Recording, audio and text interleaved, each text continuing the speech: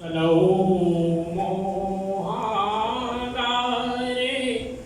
विषय विससन्तप्तमनसा तमश्चक्रे दूरं मृदुसदुपदेशामृतगिरा सतां चेतस्तोषि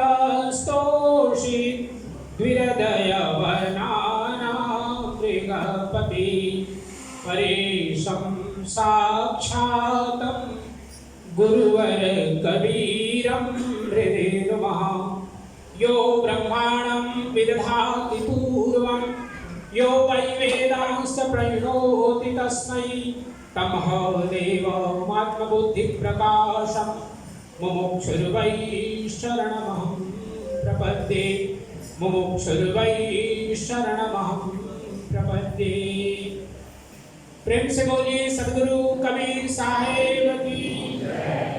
परमादरणीय सत्यलोकवासी डॉक्टर आचार्य गुरुशरण साहेब की। सब संत भक्त समाज की। आज के आनंद की। सत्य पुरुष परमात्मा हम सबके हृदय में विराजमान सद्गुरु कबीर साहेब, परम आदरणीय महान डॉक्टर आचार्य श्याम राजे साहेब और हमारे आदरणीय सभी महान साहेबगण, संत वृंद, निरक्षर विवेकी सभी आदरणीय भक्त हंसजन, भक्तिमती माताओं, बहनों और प्यारे बच्चों, परम पावन अवसर बोलतेर कबीर मंदिर के युवा मंच द्वारा आज यह समायोजित आदरणीय डॉक्टर आचार्य गुरुशरण साहब जी की स्मृति श्रद्धांजलि समारोह, और इसमें हम सब लोग बहुत श्रद्धा और भक्ति के साथ उनके लिए श्रद्धांजलि समर्पित करने के लिए उपस्थित हुए हैं। 5 मिनट का समय, लेकिन मैं 2-3 मिनट समय थोड़ा ज़्यादा चाहूँगा आदरणीय साहब जी के माध्यम से। बहुत प्राचीन एक ऋषि हुए हजारों हजारों साल पहले, जिन्होंने एक उक्ति कही, एक पंक्ति कही, उत्तिष्ठत जाग्रत प्राप्य वरान निबोधत। उठो, जागो और अपने श्रेष्ठ जो लक्ष्य है उसको प्राप्त करो। हम सब लोग यही कर रहे हैं पिछले 600 वर्षों से सतगुरु कबीर साहब की वाणियों को लेकर के। आदरणीय गुरुशरण साहब, हम सब जानते हैं कि यहाँ पर पिछले 33 वर्ष सेवा उन्होंने दिया, लेकिन थोड़ी हम उनको उनकी यात्रा को वहाँ पर ले जाते हैं जहाँ उनका जन्म हुआ। उनका जन्म स्थान का नाम है शिकारी नार। शिकारी नार एक गांव का नाम है, और उनका ननिहाल और मेरा ननिहाल एक ही गांव है, ग्राम बड़े रबेली।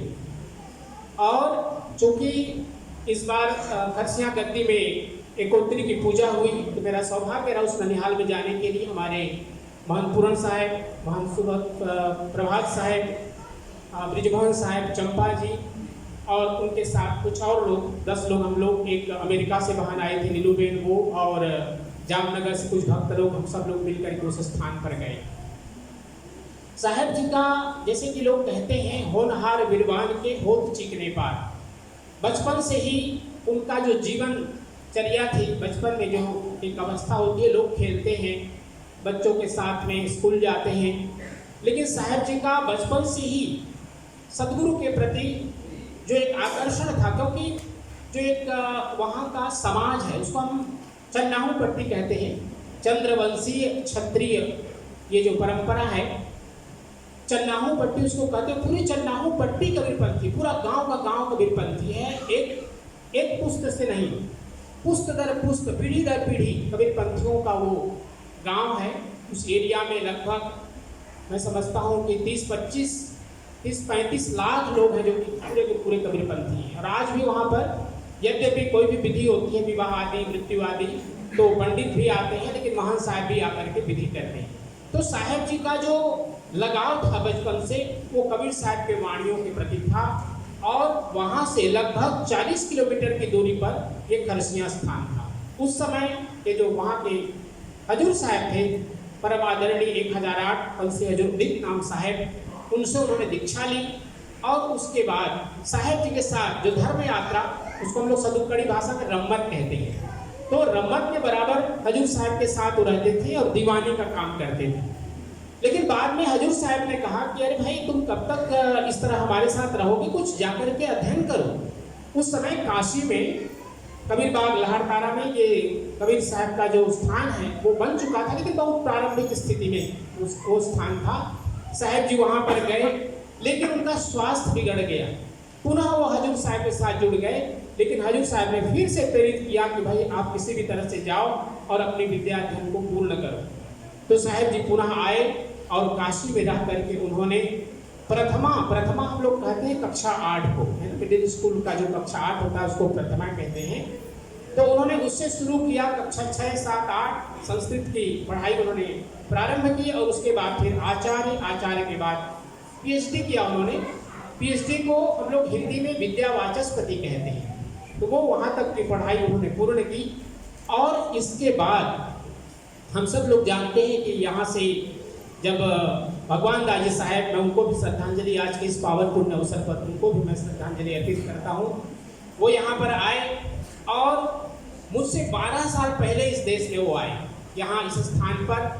आप सब लोगों के सभी के हृदय में मैं समझता हूँ कि कुछ न कुछ कहानियाँ हैं साहब से जुड़े हुआ, और सबके लिए कुछ ऐसा अनुभव है साहब के प्रति कि आप सब लोग कुछ न कुछ अगर समय मिले तो बोलना चाहेंगे। लेकिन साहब जी का जो प्रेम था, अगर कोई मिलते तो आप सब लोग जानते हैं कि पहले बंदगी वो करते थे, है ना। कोई मिले तो पहले बंदगी वो करते थे कि साहेब बंदगी दूसरा कोई करे उसके पहले ही।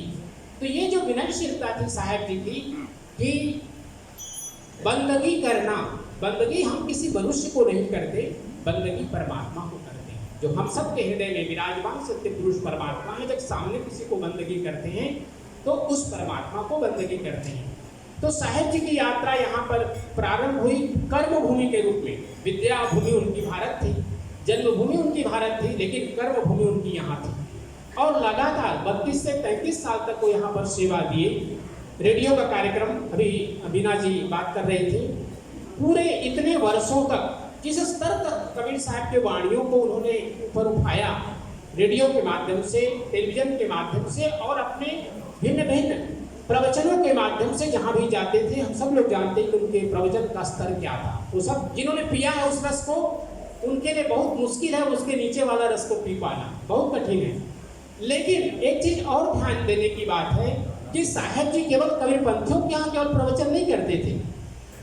वे अगर कोई रामायण कथा हो रही है तो लोग जानते थे कि बोलते कबीर मंदिर में एक आचार्य हैं, लोग वहाँ पर रामायण की कथा हो रही है, वहाँ भी जाकर प्रवचन करते थे।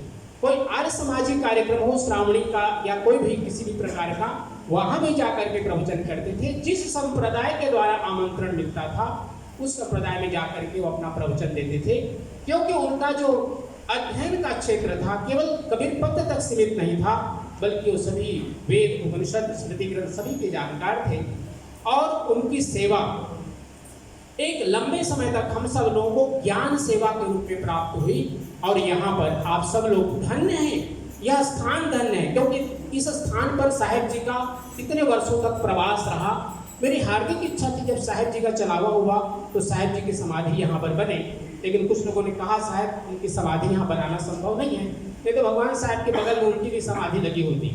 लेकिन आज मैं एक चीज़ के लिए जरूर निवेदन करूंगा आप लोगों से जो यहाँ के कमेटी मेंबर हैं, धन्यवाद है आप लोगों ने श्याम साहब को बुलाया है और श्याम साहब उस विधि को, उस जो परंपरा है उसको आगे बढ़ाएंगे।